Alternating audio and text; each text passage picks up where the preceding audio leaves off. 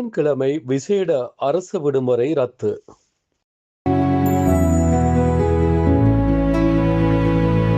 லட்சுமி நகையகம், உங்கள் கௌரவம்.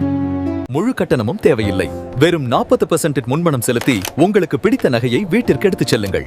மீதியை எளிதான தவணைகளில் செலுத்துங்கள். பிரம்மாண்ட சலுகை.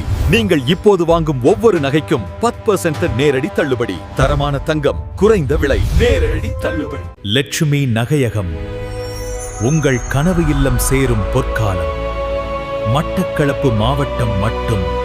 இலங்கையில் அரசு அலுவலகங்களுக்கு வழங்கப்பட்டிருந்த புதன்கிழமை சிறப்பு விடுமுறை எதிர்வரும் ஏப்ரல் 8ஆம் தேதி முதல் ரத்து செய்யப்படுவதாக அத்தியாவசிய சேவைகள் ஆணையாளர் நாயகம் அறிவித்துள்ளார்.